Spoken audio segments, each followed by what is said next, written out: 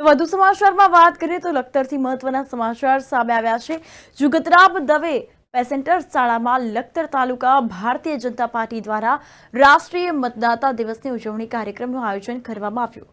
દર વર્ષે રાષ્ટ્રીય મતદાતાની થીમ અલગ અલગ હોય છે। આ વર્ષે nothing like vote for sure 2023ની થીમ nothing like voting I vote for sure હતી અને ભારતના તત્કાલીન રાષ્ટ્રપતિ પ્રતિભા પાટીલ દ્વારા 2011માં 25 જાન્યુઆરીના રોજ પ્રથમવાર રાષ્ટ્રીય મતદાતા દિવસની ઉજવણી કરવામાં આવી હતી। ત્યારથી સમગ્ર દેશમાં રાષ્ટ્રીય મતદાતા દિવસની ઉજવણી કરવામાં આવે છે।